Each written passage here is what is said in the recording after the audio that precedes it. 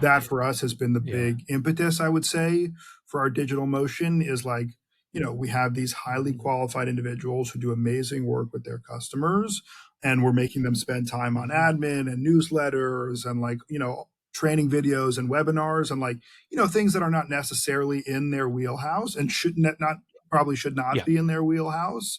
And like, how do we take that off their plate? So like, the reason we hired them to drive great impact with our clients can come to the forefront. And once again, welcome to the Digital Customer Success Podcast with me, Alex Turkovich. So glad you could join us here today and every week as I seek out and interview leaders and practitioners who are innovating and building great scaled CS programs. My goal is to share what I've learned and to bring you along with me for the ride so that you get the insights that you need to build and evolve your own digital CS program. If you'd like more info, want to get in touch, or sign up for the latest updates, go to digitalcustomersuccess.com. For now, let's get started. Hello and welcome to the Digital Customer Success Podcast. It's great to have you back to episode 37, I believe. Yep. I'm starting to lose count here. And today's guest is Ezra Zimbler, who has been at LinkedIn for a very long time. And it's always great to have folks from kind of large companies that we all kind of recognize on the show, because you get a little bit of the inside juice as to what's happening behind the scenes, so to speak. So today in our conversation, Ezra spends a bit of time talking about the structure of CS at LinkedIn. Also, we spent a fair amount of time on his background, which is actually in sports, so completely different field.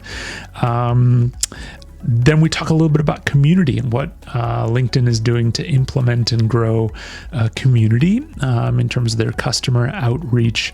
And then finally, he has spent a lot of time working on equity and diversity efforts. And so you'll hear a little bit about what he's been up to in that regard. It was a great conversation. He's based in Dublin, so I appreciate him dealing with the time differences and all that kind of stuff. So please enjoy this conversation with Ezra Zimbler, because I sure did. Well, Mr. Ezra Zimbler, that's a heck of a last name. Like, did you have some cool like nicknames and stuff in high school? Nothing too crazy. Like I had two Z's in my name, so like there definitely was some Z action going on.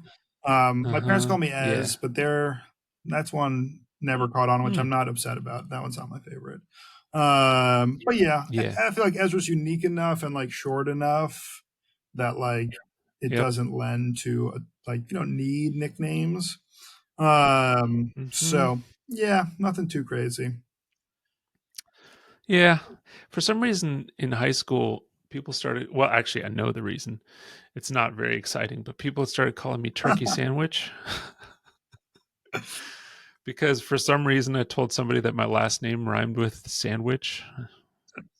So I was like, okay, I guess that'll be a thing. Well, welcome to the podcast. I super appreciate you're here, and happy to talk with you today about all things digital and just CS in general. Very excited. There's the obligatory kind of background question, like, where you came from, what you did, but we're not going to go kind of directly that route. I do want to understand a little bit more about what it was like working for the Kansas City Chiefs and or the New York Mets organizations, and what got you into that and what got you out of that. Oh, that's a good story. I like that we're starting there. So as we were just talking about, I'm a big sports fan. Like most sports, mostly American. I'm starting to get into the European sports a little more. So when I was growing up, huge baseball fan. Other sports as well, but baseball has always kind of been the mainstay. And I'm like, well, once I realized my athletic gifts were not going to get me into the pros. It's like, okay, maybe my mind can get me into pro sports. There is this other path. So when I was going to college, I wanted to be a sport management major, which I ended up being. So I went to the University of Michigan for sports management. Studied kind of the business of sports with the idea of that was going to be the career that I was going to go down. Did a number of like minor league baseball, like random internships during college. As I graduated, I went out to Kansas City. I was like trying to get a foot in the door in the industry. Interned with the Chiefs, it was an interesting experience. It's like sports is an interesting culture, especially on the business side, because, well, I would say probably on the player side as well, where it's like there's a lot of people who want these jobs. And like, if you're not performing or like, you need to be performing. So there's definitely there's like the culture shift, and we can talk about this later, into tech was like a very different type of atmosphere. I'm sure. So I interned for the Chiefs. I didn't really want to live in Kansas City. Like that was not going to be my path. But for me, I thought, just out of college, a place to start and kind of get a sense of what that's going to be.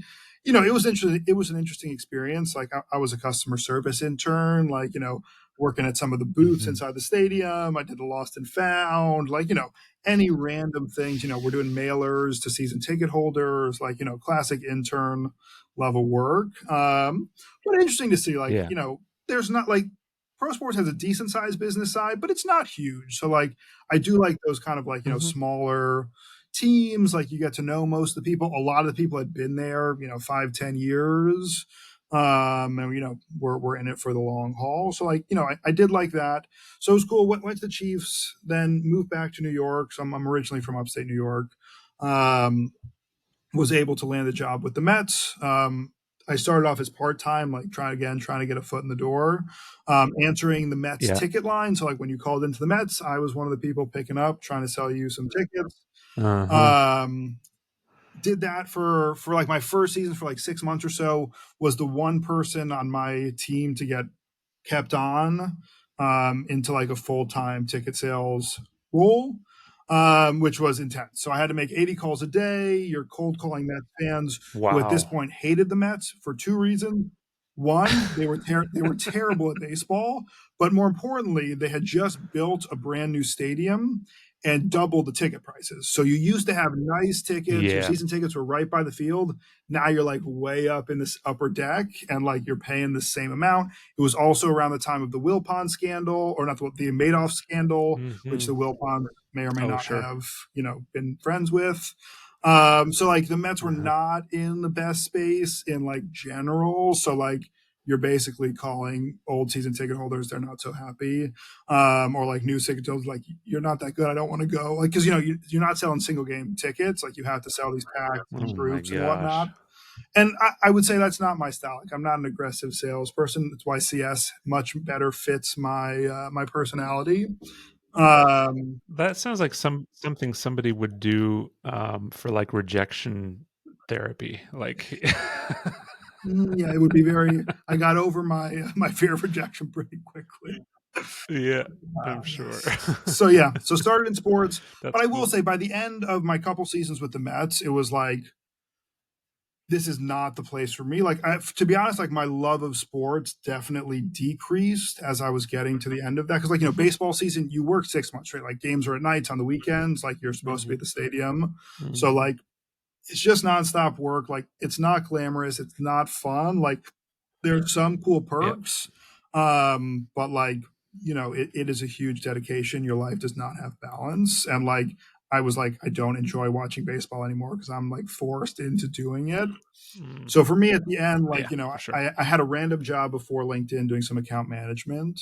But like, it was time of like, I want to reignite my sports passion and like make my job something else.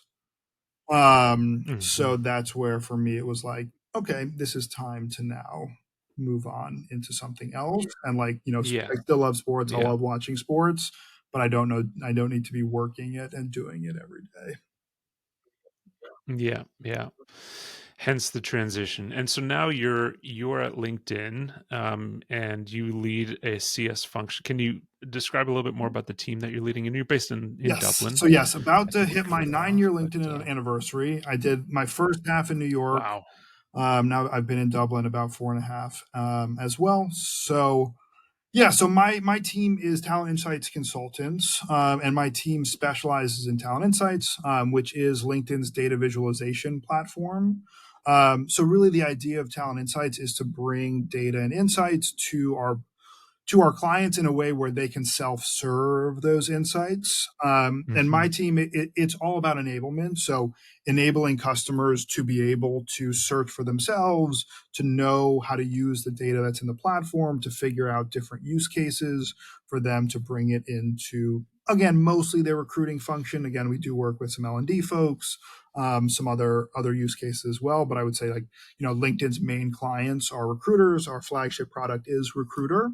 So like, again, that is a big place where Talent Insights plays, is like, how do you, build your talent pool, help work with your hiring manager, and then take all those insights into Recruiter and start recruiting as efficiently as possible. So that's where my team sits now. Cool. is we specialize, we do kind of deeper level consultants. We do have, again, those kind of, more broad CSMs who will kind of do the basics for Talent Insights. And then our team comes in to go that level deeper to kind of really drive home some of those use cases. Nice. Yeah. Cool. That's cool. So, this is obviously, it's the Digital CS podcast, and I would be remiss if I didn't ask you about your own kind of opinion and thoughts on, what digital CS is.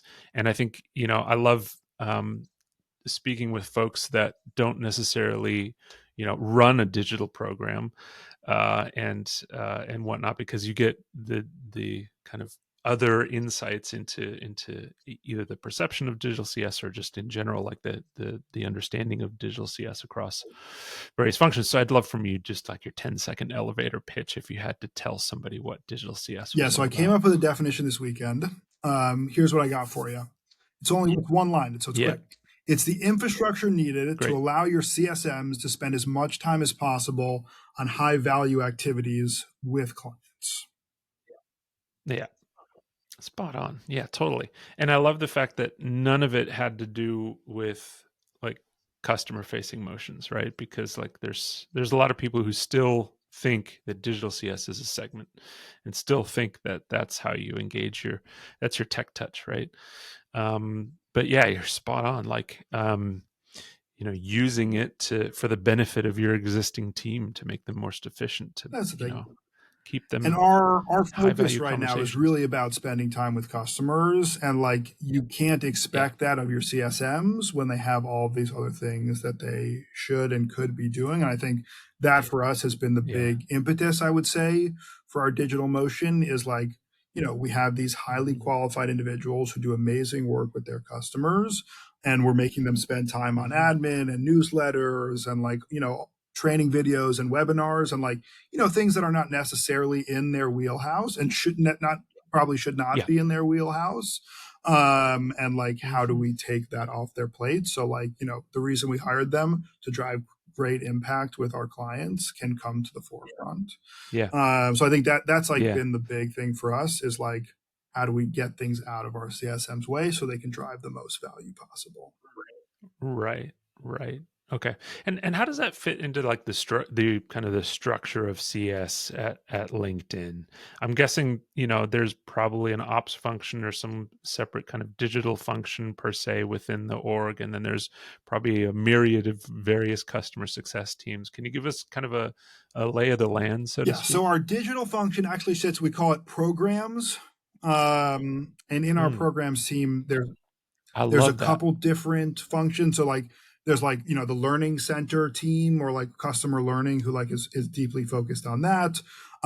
You have your teams who are like, they spun up this community team. So there's the team that is deeply focused on that.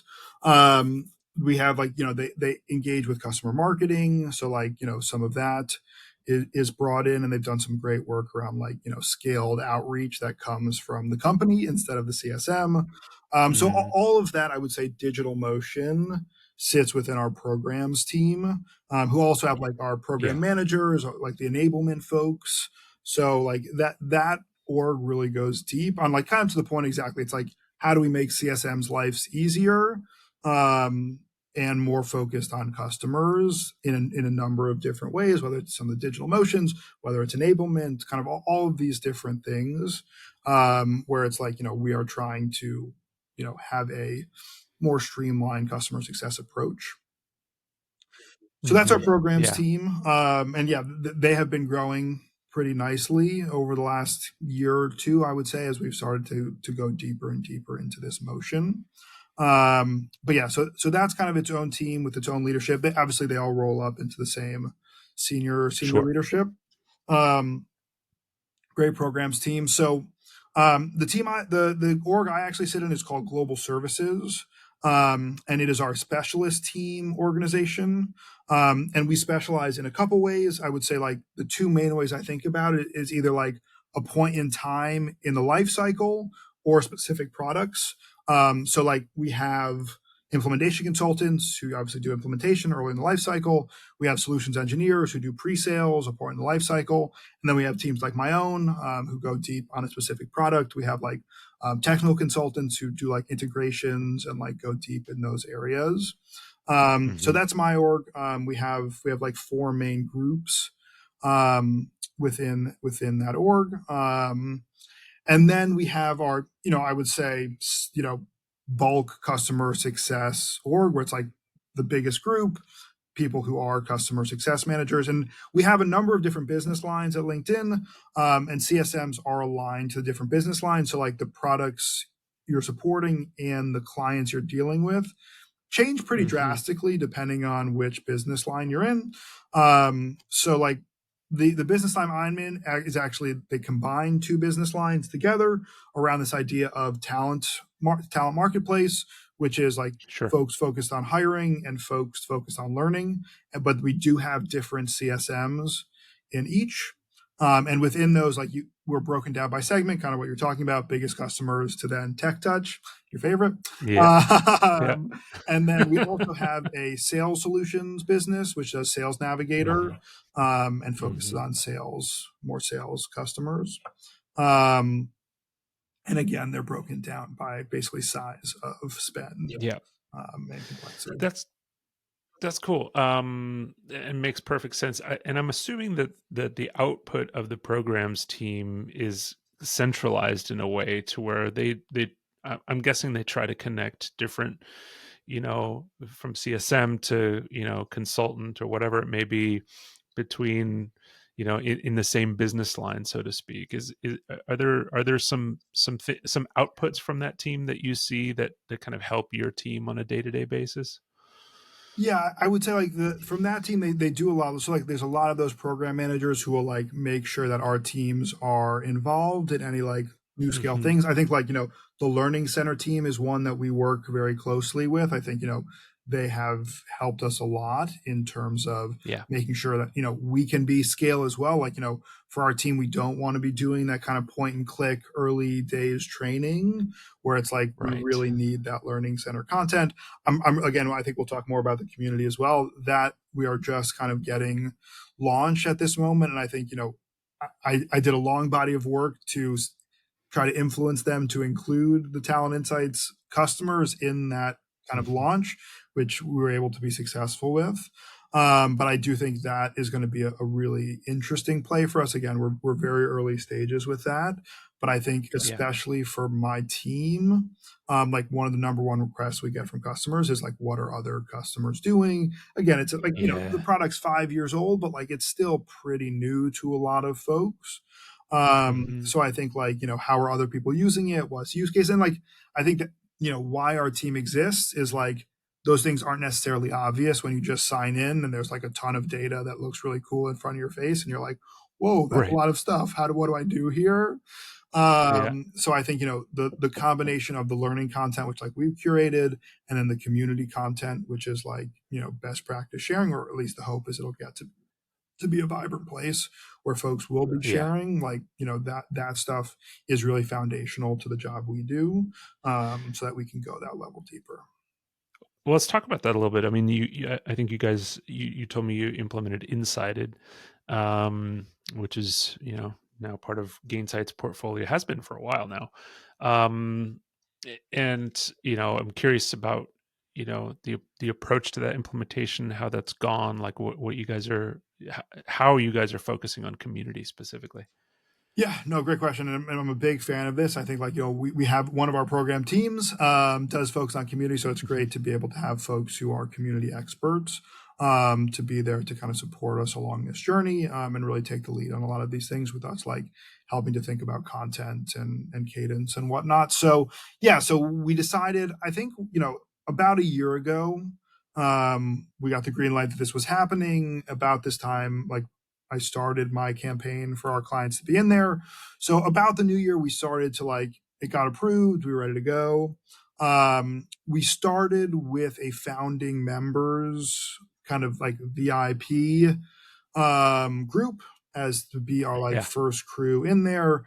One, to get their feedback of like what they want from community, Hmm. how they want to think about this, what sections we should have, what themes we should be poking around. So that was one of the big things of our team, was like, how do we identify the right people and get them nominated into the platform? So we have there's two sides of the community. There's the hiring one, which is where my group sits, and then the learning one, where we targeted a bit of a different audience. But like my team was Hmm. very involved in like picking out and nominating um, these nominating the customers and kind of getting them onboarded and excited. And then yes, the programs team did a lot of the interviews, really understood from them of what was going on, and then we launched with just them in the platform for a number of Hmm. months to see what would happen, to continue to get their feedback, to make sure it was fully built out. And then recently, actually within the last month, actually no, I think a few months ago we did our first bigger tranche of folks getting invited. I think we went to like 7,000 or so customers as like that kind of Yeah. in between phase between founding and GA. And like got that group in there again, seeing their activity, how they work in there.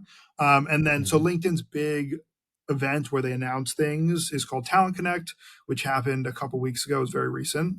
And we used Yeah. that occasion to kind of announce more fully that we've now gone general availability to all. Right now, it's an English speaking community. We are working to get it localized as well. Hmm. But we just announced GA for our English platform last one of these weeks in October. So very, very recently. And yeah, so now it's kind of, let's see how the masses engage with it. But I think like Right. the GA is very important because it's like now this is where the hope is the community is really the hub, where it's like your learning center content comes out of there, your webinars come out of there, like all like you can reach out to the support team through there, you can go to the help center through there, you can talk with other peers. So like getting to GA was very important because now it's a place where like we can just send any customer who needs any support, and it's like, hey, this is step Hmm. one, and then our team is there to be step two and step three. But I think this was a big milestone. Again, I think we're still getting to that point of like the team using it in that way, and I think that's one thing we're going to be Yeah. pushing continually. But like Uh-huh. that's like the big hope is now that it is widely available, it can now become that support hub.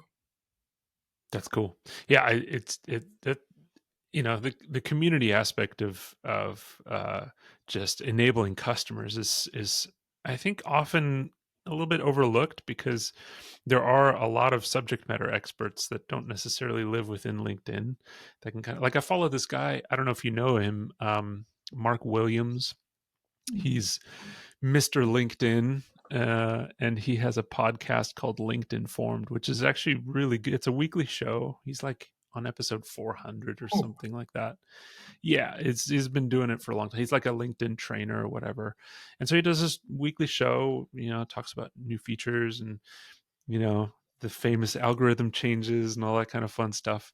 And it's interesting, but it'll be for me anyway, those kinds of shifts in, I guess, attention centers around a company such as LinkedIn or other kind of more widely known platforms, what that'll do to the landscape of people like that have are they going to become more active in a community? Are they going to get in there and get involved? Are they not? Like there's it's like a big social experiment almost.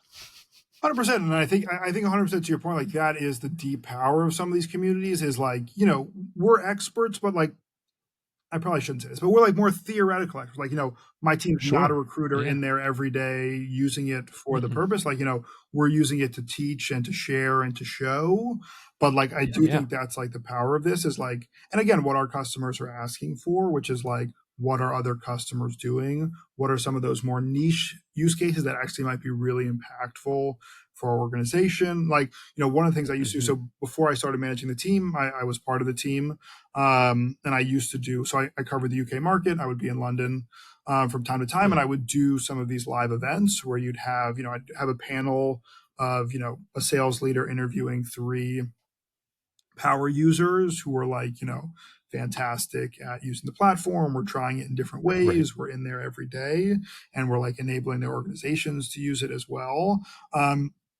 And those events always went over so well, and like everyone's like asking them questions, and like exactly, they become the experts, and like that's the point where it's like you if you feel like you're the expert, like it's a place you'll come back to. Like it's a good feeling of like being someone who like is respected around this. So, but I do think creating that takes time and effort and thought. So it's like you can't just start a community and then it's like that's going to happen.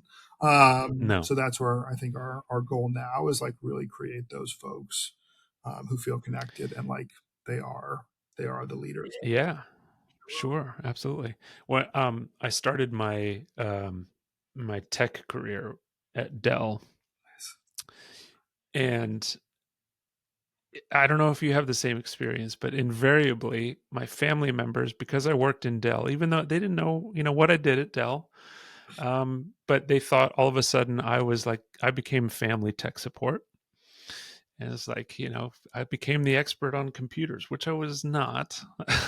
Yes. But I'm curious if you have that same experience, maybe more so on the link, like how many times a day or a week do people ask you like how they can optimize their LinkedIn profile to like, you know, Yes.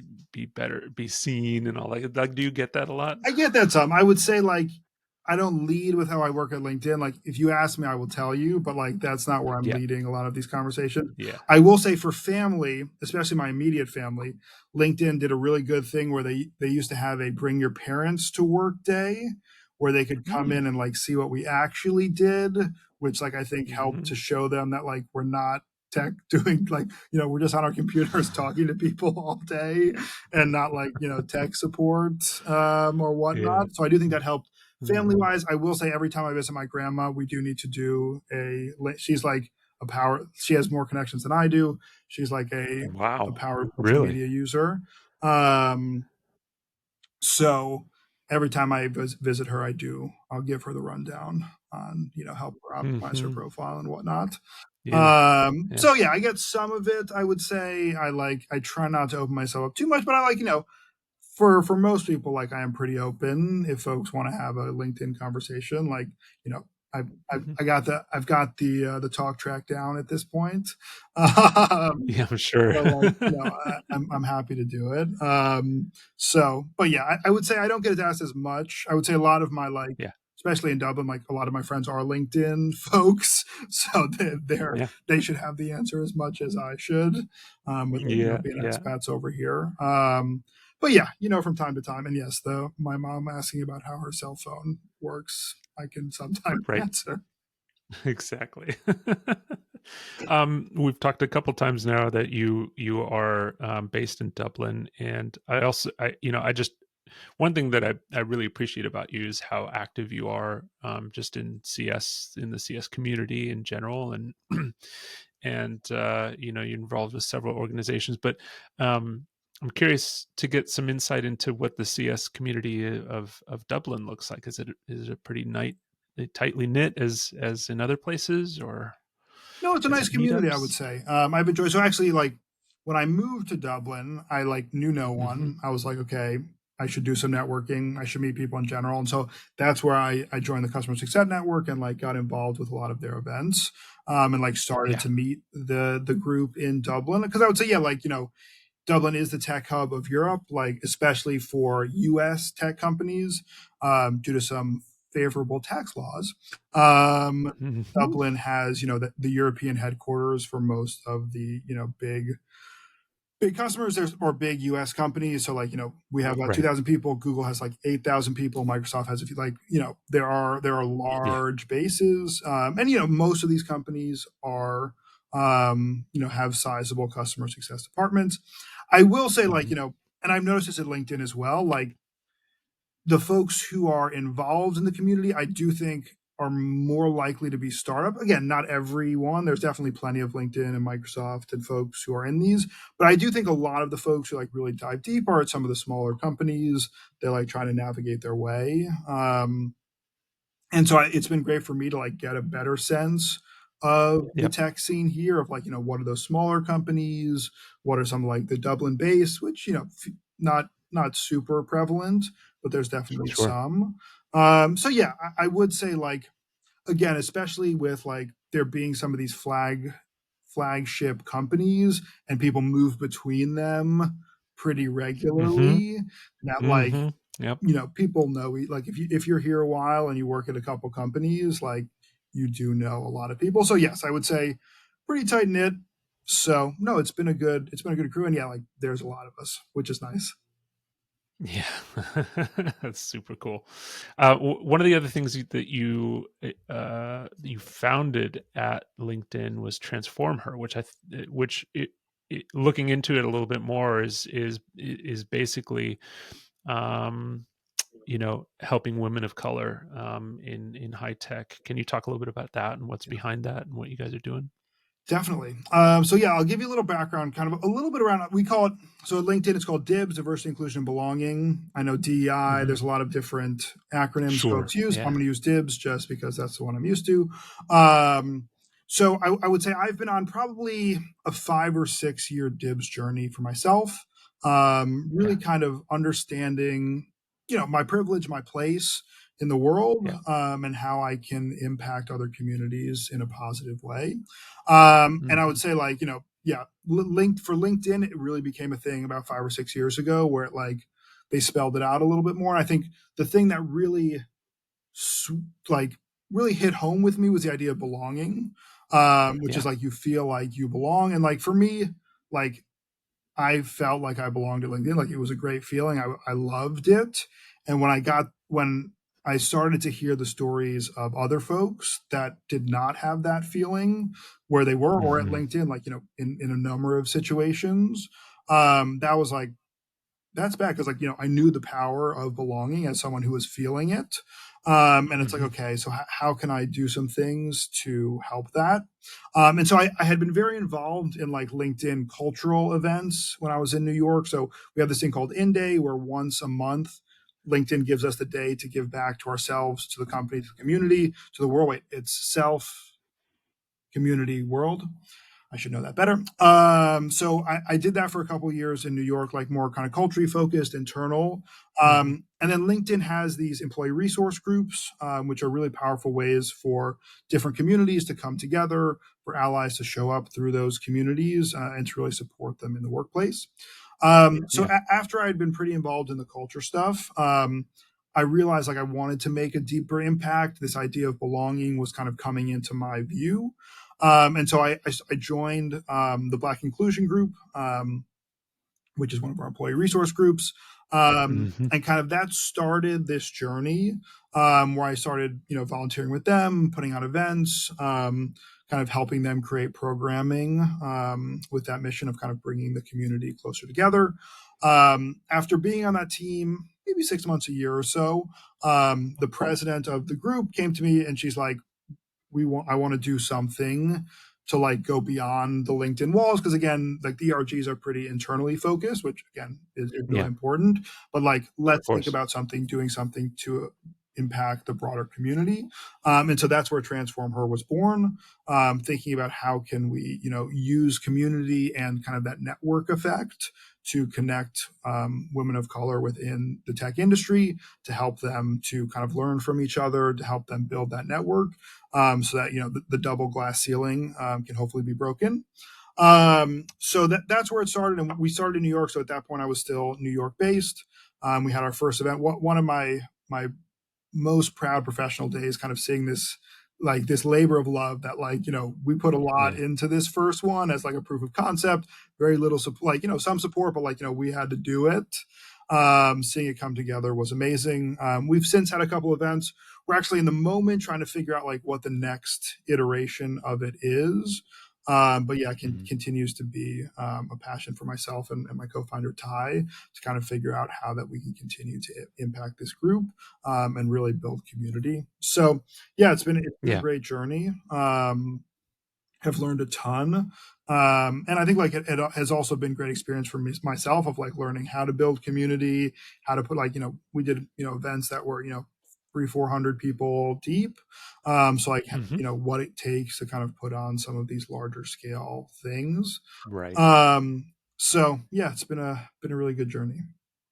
That's cool. Well, thank you for doing that, because I think that in tech anyway, and we've talked about this in the podcast before in previous episodes, but in CS tends to be a relatively more diverse group of people than say other parts of tech or organizations in general. But to your point, in tech, there's so much more opportunity for improvement, and I think we had Ralphie English on not long ago, and the point that she made was, it's not just women that have to kind of get together and collaborate and network. It's us white men that need to be part of the equation too, and proliferate those things and make sure that we hold ourselves accountable and hold others accountable and all of that. So yeah, that for my co-founder Ty, as my co-founder, that is her big mission. I would say is a little different from a lot of folks that I've seen who are trying to create these spaces where it's we need to invite allies to the table. Nothing changes if it continues to just be us focused on this, talking about it.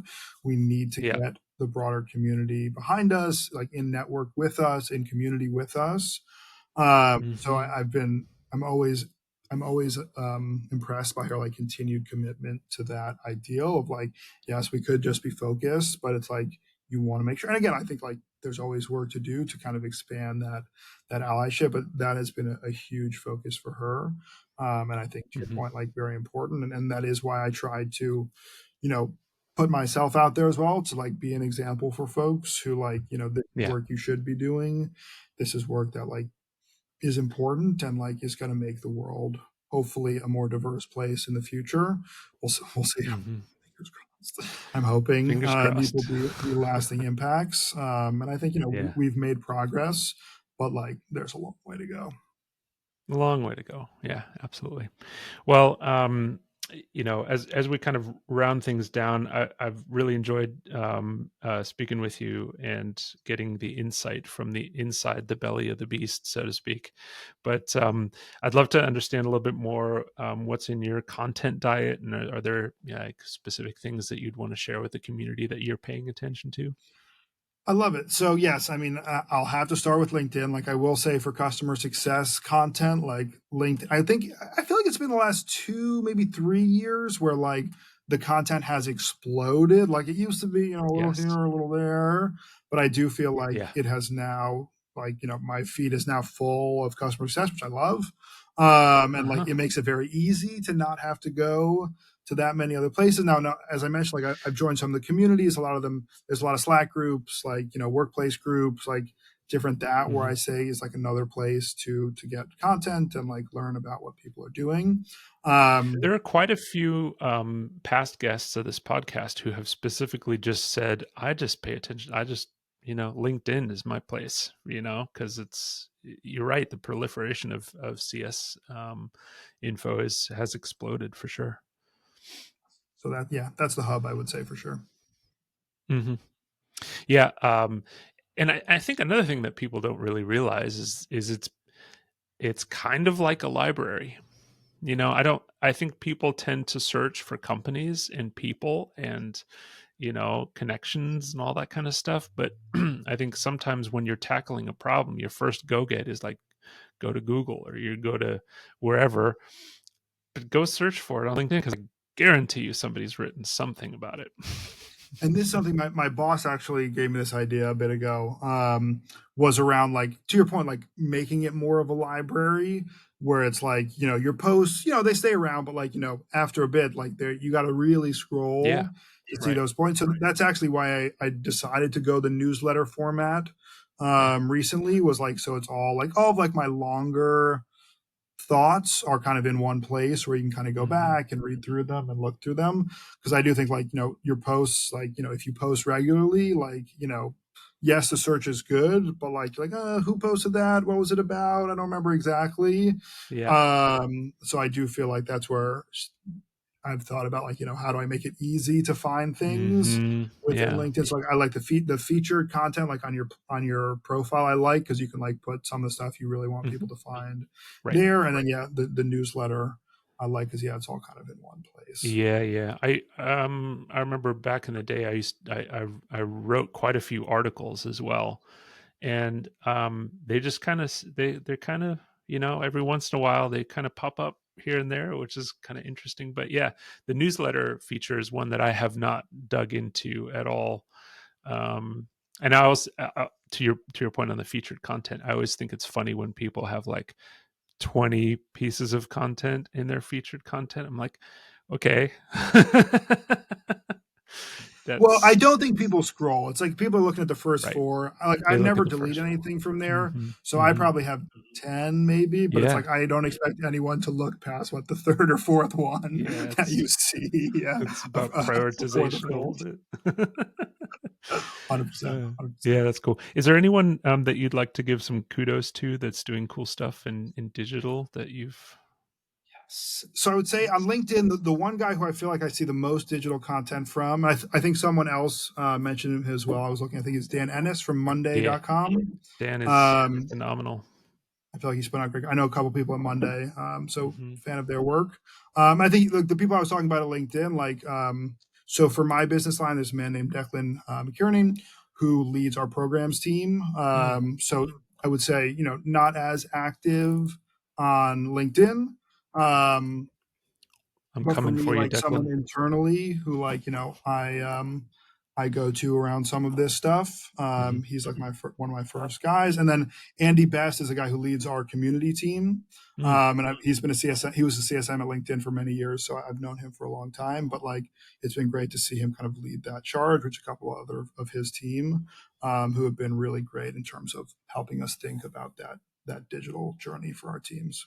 That's cool. That's cool. Well, you yourself, you provide a ton of value on LinkedIn. I like, I went deep on your posts a little while ago, and it's nice to see you on my feed. But where can people find you? Obviously on LinkedIn, but engage with you. What is there some place that you want to direct people to find out more Yes, about love it. you? Yeah, so LinkedIn, I'd say, is my hub. I have my newsletter, Customer Success Monthly, that I post about monthly. I'm trying to stay at that cadence. Yep, that's hard to do. I just started a YouTube channel, but I do post most of the Mm, stuff from YouTube. It's more like kind of to that similar idea of having a library of all the videos instead of losing them in the feed. I've now built a YouTube channel, so like they can all just be there, and kind of be in one place. yep. Also, Customer Success Monthly, I connected it with my newsletter. So I would say those are kind of the places where I'm most active this day. I used to be the community manager for the Customer Success Network, so their workplace community is a place I've spent more time as well. Yeah, So I'd say, yeah, those are the places you can find me, or here in the LinkedIn office in Dublin. that's right. Yeah. It's a Cool. beautiful office. I come all the time. The I food can the food is imagine. top notch.